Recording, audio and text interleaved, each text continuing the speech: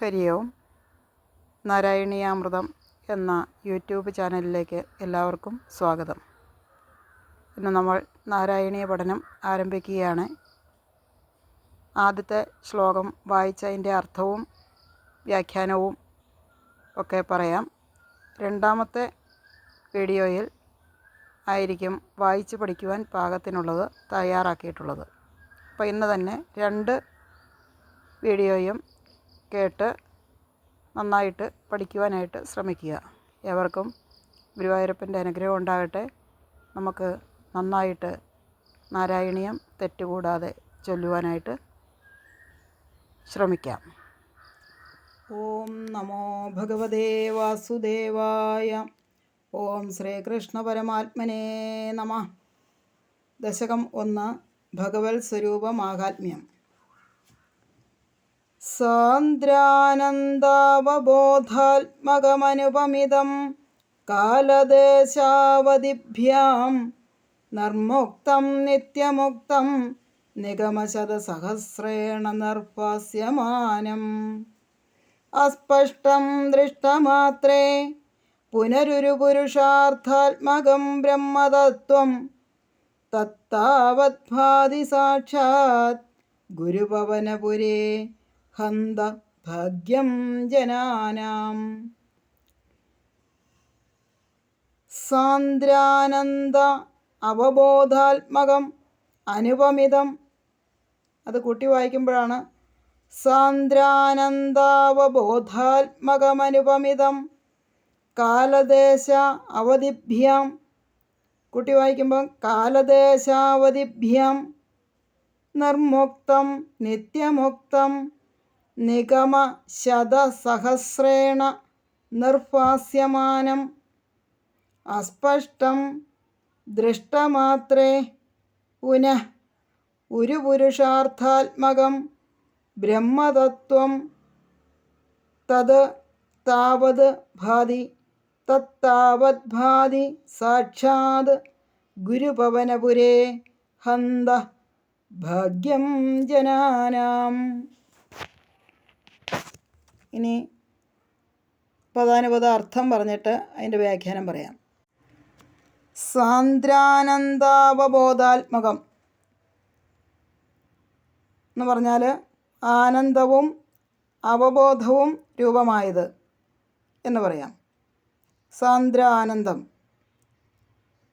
സാന്ദ്രമായ ആനന്ദാവബോധം രൂപമായിട്ടുള്ളതും അനുപമിതം, മറ്റൊന്നിനോടും ഉപമിക്കാനാകാത്തതും കാലദേശാവധിഭ്യാം നിർമുക്തം, കാലം ദേശം എന്നിവയുടെ പരിധികളിൽ നിന്ന് നിശേഷം മുക്തമായത്, നിത്യമുക്തം എപ്പോഴും മുക്തമായതും, നിഗമശതസഹസ്രേണ നിർപ്പാസ്യമാനം. നിഗമം എന്ന് പറഞ്ഞ വേദങ്ങളെയാണ് പറയുന്നത്. 100,000 വേദങ്ങളാൽ പ്രകാശിക്കപ്പെടുന്നതും, ദൃഷ്ടമാത്രേ അസ്പഷ്ടം ഒറ്റ നോട്ടത്തിൽ സ്പഷ്ടമല്ലാത്തതും, പുനഃ ഒരു പുരുഷാർത്ഥാത്മകം. പുനഃ കഴിഞ്ഞ വിസർഗം, അതാണ് 2 കുത്ത് കാണുന്നത്. പുനഃ ഒരു പുരുഷാർത്ഥാത്മകം, പിന്നീട് ഏറ്റവും വലിയ പുരുഷാർത്ഥമാകുന്നതും ആയ തത് ബ്രഹ്മതത്വം താവത്, ആ ബ്രഹ്മതത്വമാകട്ടെ സാക്ഷാത്തായിട്ട് കണ്ണുകൊണ്ട് കാണുമാറ് ഗുരുഭവനപുരേ ഗുരുവായൂരിൽ ഭാതി പ്രകാശിക്കുന്നു. ഹന്ത ഭാഗ്യം ജനാനാം. അഹോ, ഹന്ത എന്ന് പറഞ്ഞാൽ അഹോ, ആശ്ചര്യം തന്നെ, അത് ജനങ്ങളുടെ ഭാഗ്യം തന്നെ. ഗുരുവായൂരമ്പലത്തിൽ തെളിഞ്ഞു വിളങ്ങുന്ന ആ ഗുരുവായൂരപ്പൻ്റെ സ്വരൂപത്തെയാണ് ഇവിടെ നമുക്ക് പറഞ്ഞ് മനസ്സിലാക്കി തരുന്നത്. എന്താണ് ആനന്ദം? ദുഃഖമില്ലാത്ത അവസ്ഥയാണ് ആനന്ദം. മനുഷ്യനായിട്ട് ജനിച്ചു കഴിഞ്ഞാൽ വളരെയേറെ ദുഃഖങ്ങളൊക്കെ അനുഭവിക്കേണ്ടി വരും. ആ ദുഃഖത്തിൽ നിന്നുള്ള മോചനം ആണ് നേടേണ്ടത്. അതിനാണ് മോക്ഷം എന്ന് പറയുന്നത്.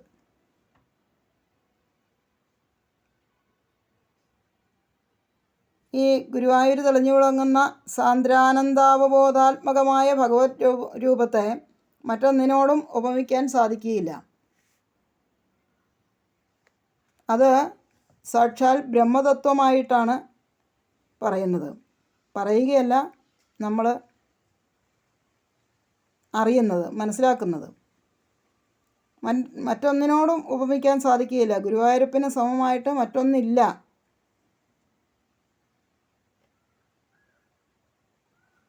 മറ്റ് എന്തെങ്കിലും വസ്തുക്കളെയൊക്കെ നമുക്ക് ഇന്നതിനോട് ഉപമിക്കാം, ഇന്നതുപോലെയാണെന്ന് പറയാം. എന്നാൽ ഗുരുവായൂരപ്പനെ മാത്രം അങ്ങനെ ഉപമിക്കാൻ പറ്റുകയില്ല. അത് ദേശത്തിനോ കാലത്തിനോ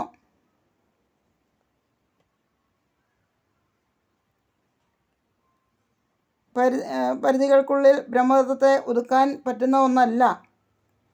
അത് കാലത്തിൽ നിന്നും ദേശത്തിൽ നിന്നും അതീതമാണ്.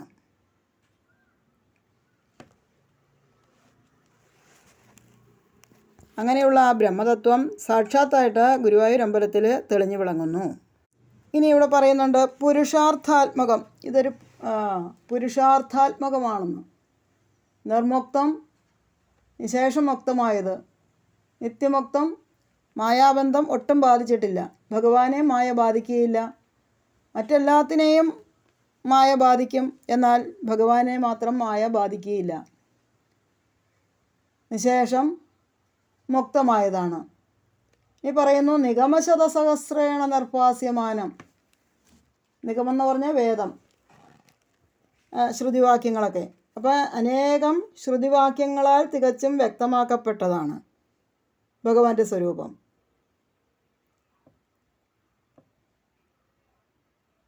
അസ്പഷ്ടം, സ്പഷ്ടമല്ല. സ്പഷ്ടമല്ലാത്തതും ദൃഷ്ടമാത്രേ, ഒന്ന് കണ്ടാൽ തന്നെ പുനരൊരു പുരുഷാർത്ഥാത്മകം, അതൊരു പുരുഷാർത്ഥാത്മകമാണെന്ന് പറയുന്നു. അതാണ് ഇവിടെ പുരുഷാർത്ഥാത്മകം. എന്താണ് പുരുഷാർത്ഥാത്മകം? ധർമ്മം, അർത്ഥം, കാമം, മോക്ഷം.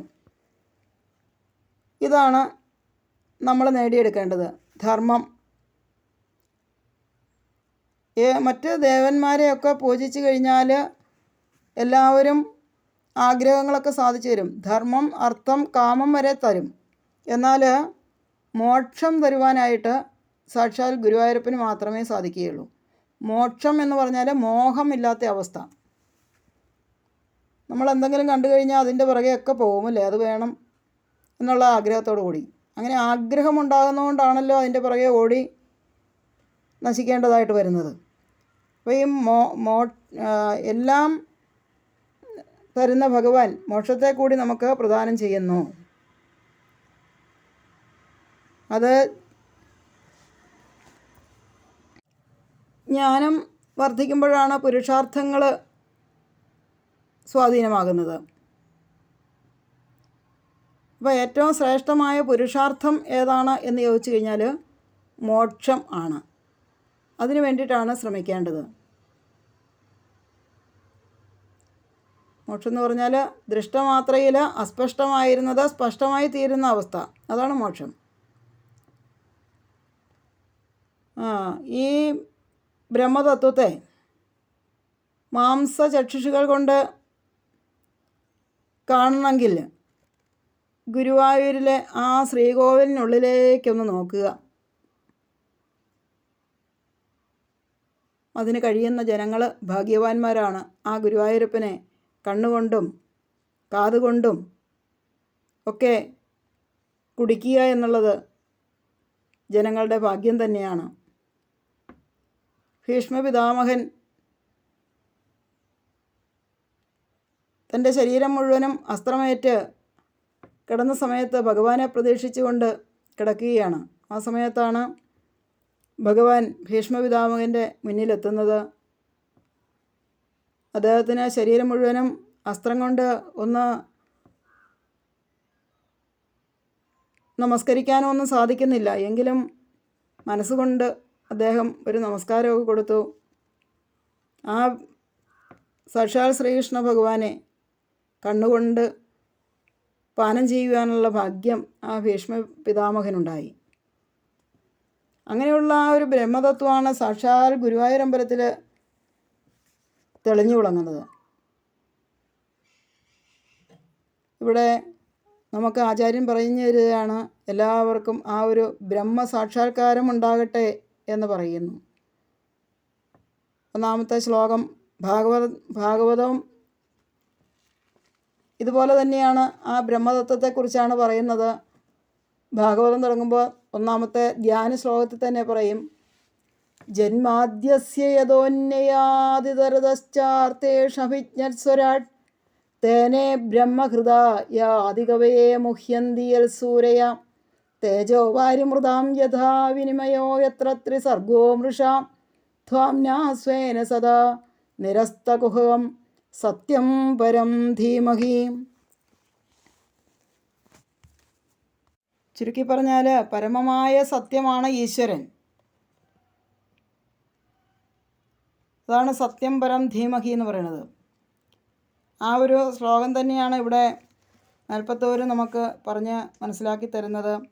സാന്ദ്രാനന്ദാവബോധാത്മകമനുപമിതം കാലദേശാവധിഭ്യാം നിർമുക്തം നിത്യമുക്തം നിഗമശതസഹസ്രേണ നിർഭാസ്യമാനം അസ്പഷ്ടം ദൃഷ്ടമാത്രേ പുനരുരു പുരുഷാർത്ഥാത്മകം ബ്രഹ്മതത്വം തത്താവദ്ഭാതി സാക്ഷാത് ഗുരുഭവനപുരേ ഹന്ത ഭാഗ്യം ജനാനാം. പുരുഷാർത്ഥങ്ങളെ പറയുമ്പോൾ ധർമ്മം, അർത്ഥം, കാമം, മോക്ഷം ആണല്ലോ പുരുഷാർത്ഥങ്ങൾ.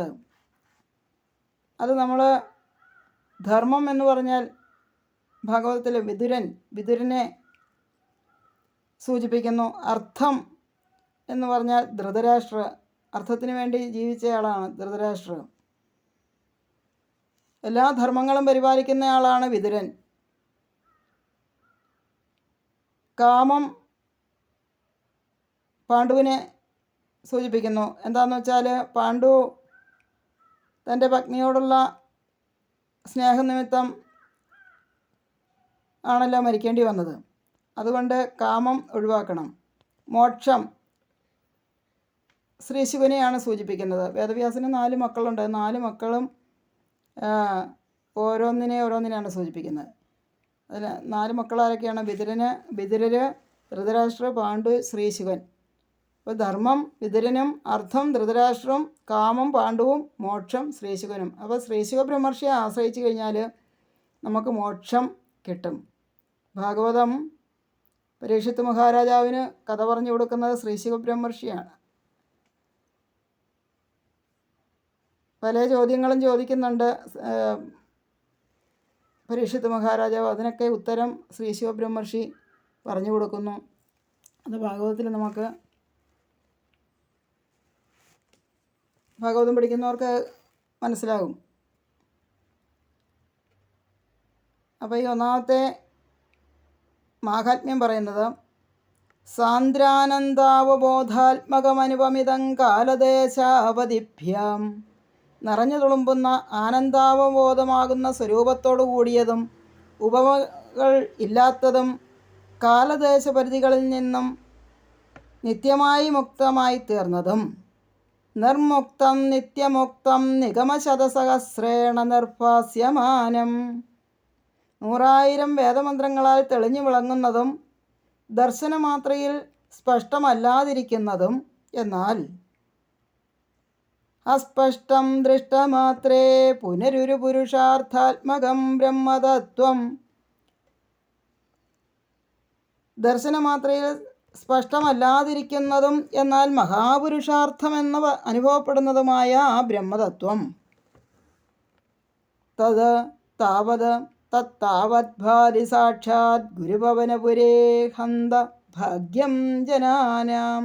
ആ ബ്രഹ്മതത്വം ഇതാ ഗുരുവായൂരമ്പലത്തിൽ പ്രത്യക്ഷമായി വിളങ്ങുന്നു. വളരെ ആശ്ചര്യം തന്നെ. ഇത് ജനങ്ങളുടെ ഭാഗ്യമല്ലേ? ആ ഗുരുവായൂരപ്പനെ ആശ്രയിക്കുക, ഗുരുവായൂരപ്പനെ അറിയുക, ഗുരുവായൂരപ്പൻ്റെ നാമങ്ങൾ നിരന്തരം ചൊല്ലുക, നാരായണീയം പഠിക്കുക, ഭാഗവതം പഠിക്കുക. ഇതൊക്കെ ചെന്നെത്തുന്നത് സാക്ഷാൽ ഗുരുവായൂരപുരയിലേക്ക് തന്നെയാണ്. ആ ഗുരുവായൂരപ്പൻ തന്നെയാണ്, കൃഷ്ണൻ തന്നെയാണ് ആ ഗുരുവായൂരപ്പൻ. ആ ബ്രഹ്മതത്വത്തെ ആവോളം കുടിക്കുക. ഭാഗവതത്തിലൊരു ഇത് പറയും, പിബത ഭാഗവതം രസമാലയം മുഹുരഹോ രസിക ഭുവി ഭാവുക. അല്ലയോ ഭാവുകന്മാരെ, നിങ്ങൾ ഈ ഭാഗവതമാകുന്ന ആ പീയൂഷത്തെ, അമൃതിനെ കുടിച്ചോളൂ. ഇങ്ങനെ കുടിക്കണേ, കണ്ണുകൊണ്ടും കാതുകൊണ്ടും ചെവി കൊണ്ടും ഒക്കെ കുടിക്കാം. കണ്ണടച്ചിരുന്ന് കേൾക്കുക ഭഗവാന്റെ നാമം.